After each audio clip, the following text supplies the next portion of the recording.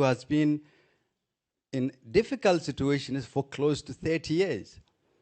A nation like mine, who is now trying to re-engage with the international financial institutions, getting very close to arrest clearance after 3 years hard work.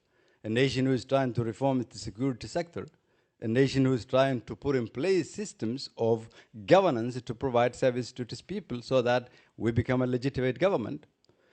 Then you will ask a question. So if I ask my colleague on the right and ask him, you invest 14, 15 billion dollars on SDGs, how much did you invest in Somalia? Of course, he will say none. You ask each and every one of them, to my country, most of them, how much have you invested to eradicate problems in Somalia, working directly with the government of Somalia? They will tell you, most of them, none, or we work through ABC. Any assistance that is given to any nation that doesn't provide legitimacy to the government, it will never be sufficient and it's going to be temporary. Very true that we're working a case here of poverty reduction, but the world is at a stage where it's linked with security, linked with service delivery, linked with good governance, linked with eradication corruption.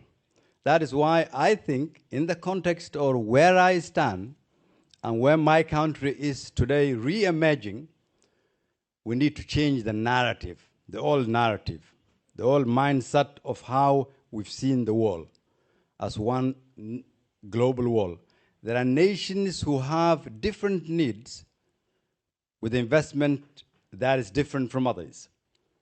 We cannot be measuring SDGs as required of the Norwegians and the Danish and the Swedish or Canadians and say to other nations who are emerging, we will come back to you once we are able to use the same tool.